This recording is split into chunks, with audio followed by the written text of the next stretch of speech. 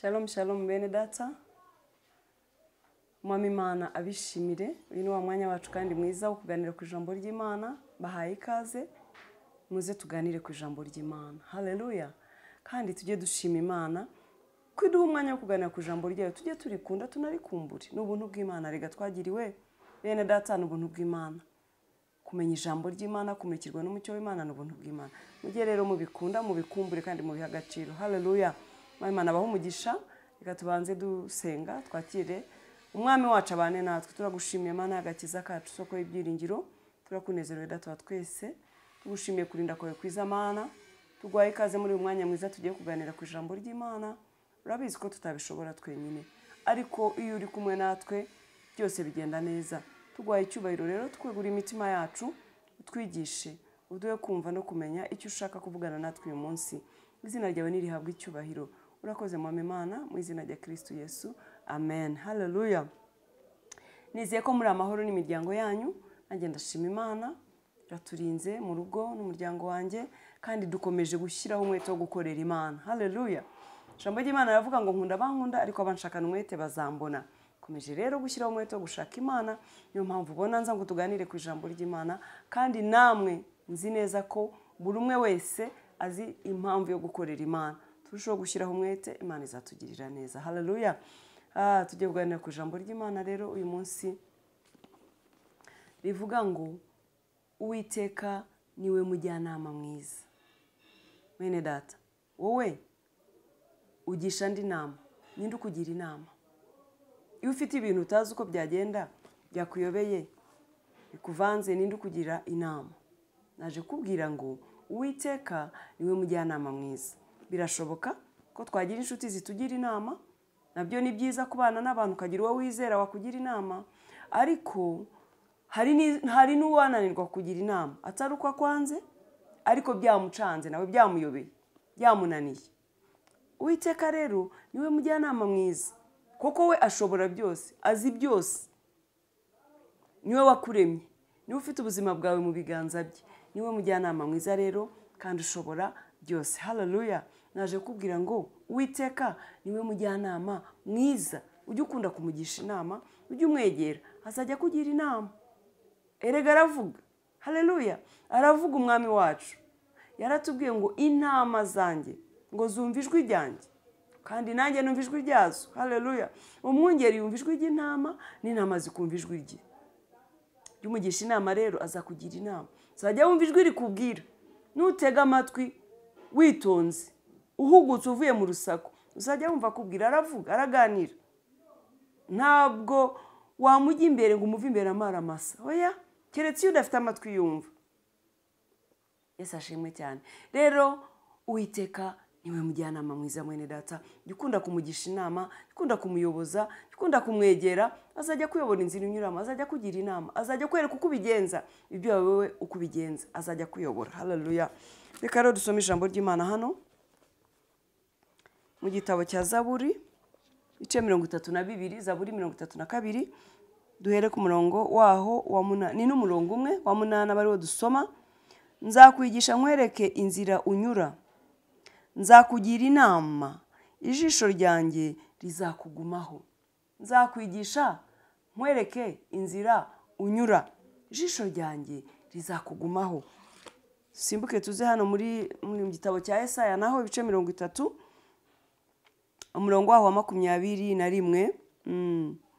Kandi nimujya kunyura iburyo cyangwa ibumoso, amatwi yawe azajya yumva ijwi riguturutse inyuma rivuga riti, iyi niyo nzira, mube ariyo mukomeza.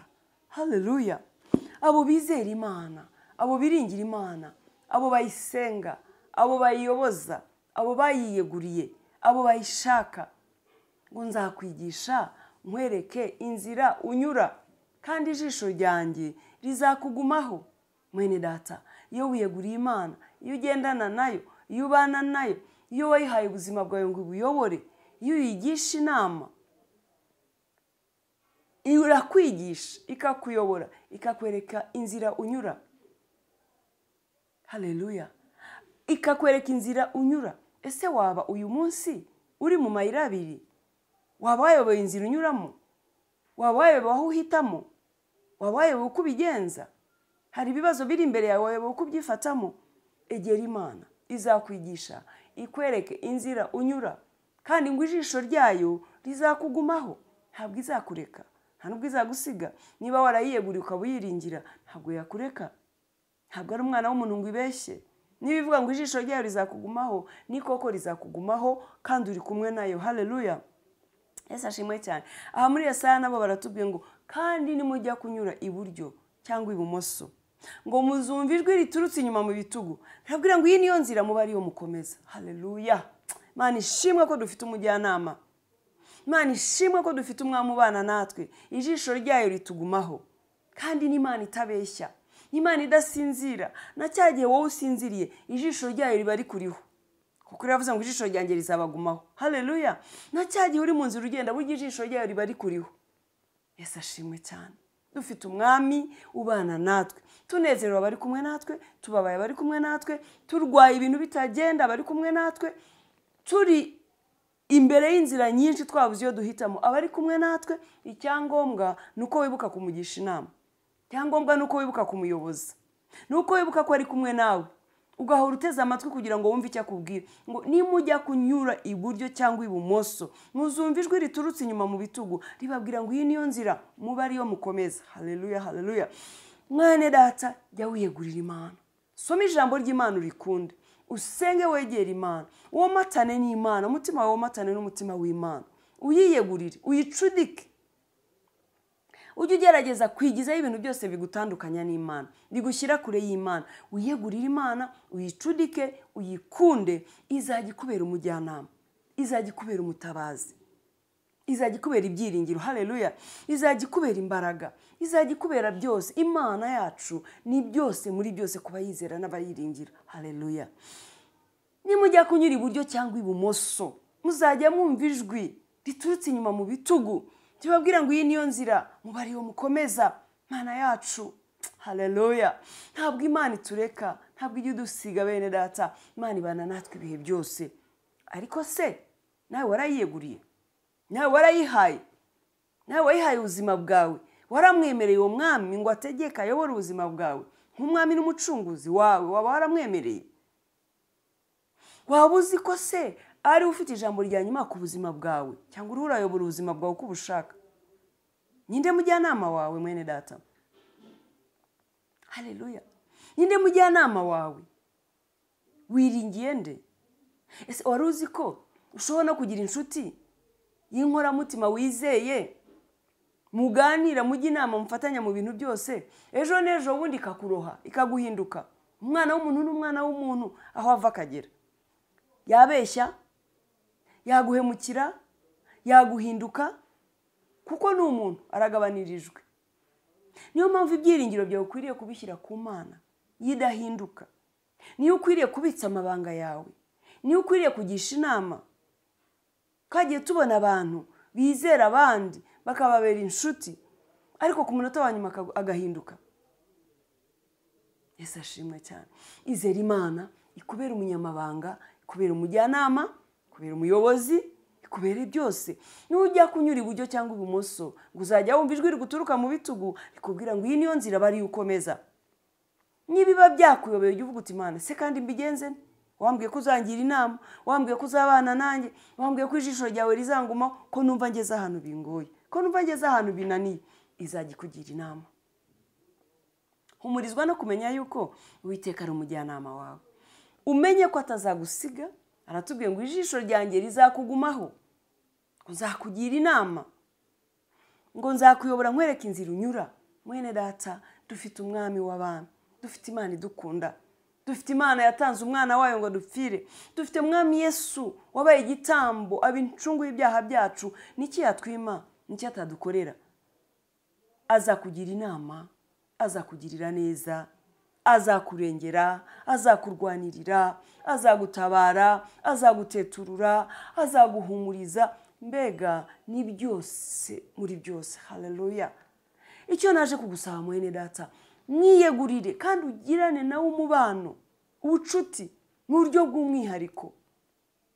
Tudika Imana kurenza ibindi bintu byose. Egera Imana, igenera umwanya w'umwihariko. iha agaciro mu buzima bwawe, nawe izakugira uw'agaciro. Yiringire, nawe izakugira uwo kwizerwa mu bakuzi n'abatakuzi. Izagusiga amavuta y'igikundiro, izakugirira neza, izagushyira inzira aho utayibona, izakurwanirira intambara uzi n'uzi utazi, kuko niyizi byose, nta gihishwe imbere yayo. Haleluya. Rero mwene data, naje kukubwira ngo Imana niyo mujyanama mwiza. Gira kuyiringira no kuyemerera, itegeke kandi uyobore ubuzima bwawe. Haleluya. Ndashaka kuvugana n'umuntu utaremera Yesu nk'umwami n'umucunguzi. Mwegurira ubuzima bwawe, mwegurira ubugingo bwawe, mwakire nk'umwami n'umucunguzi w'ubuzima bwawe. Azakugirira neza, azakugirira neza, afite kugira neza kwinshi mu biganza bye. Haleluya. Turagushimiye Mana yacu, uri Imana ikomeye, uri Imana nziza, uri Imana yera, urakiranuka. Mana, ndashaka gusengera uyu muntu utarakwakira nk'umwami n'umucunguzi, kugira ngo umugirire neza, mwihishurire, humura amaso ye y'umwuka, amenye yuko ubuzima bwe bwaba bwiza ari uko bukweguriye. Mugendere uvugane nawe mwami, mushyireho uburyo bwo kukumenya, ugura umutima we, ugura intekerezo ze, akangukire kukumenya yuko uri Imana ishobora byose. Uyu wakumenye nawe akaba ari mu ntege nkeya, akaba atamenya kubana nawe uko bikwiriye, akaba atamenya kukwegurira ubuzima bw'uko bukwiriye. Mwami Imana, muyobore, muganirize, ijwi ryawe rituruke mu bitugu, rimukangurire kugushaka, rimukangurire kukwizera no kukwiyegurira, kuko ni wowe byose muri byose, kuba kwizeye n'abakwiringiye. Mwami, abakunzi ba Naweza basabiye umugisha, basabiye guhirwa, basabiye kugirirwa neza n'Uwiteka, basabiye kubona ineza n'imbabazi z'Imana muri byose. Uwahaze uburame n'umugisha, wite ku byifuzo byabo mwami, kandi ubagure mu buryo bwose, aho batabona inzira ukashyira inzira, kuko uri Imana ishobora byose. Izina ryawe nirishimwe mwami, kubwira ijambo, kutwibukije ko ari we mujyanama mwiza. Natwe tuzakugisha inama, kandi tuhisemo uyu munsi kukwegura ubuzima bwacu bwose, njye n'abakunzi ba Naweza. Izina ryawe nirishimwe. Urakoze Mana, kumvise gusenga kwacu, mu izina rya Kristo Yesu. Shalom shalom bene data, Imana ibagirire neza muri byose.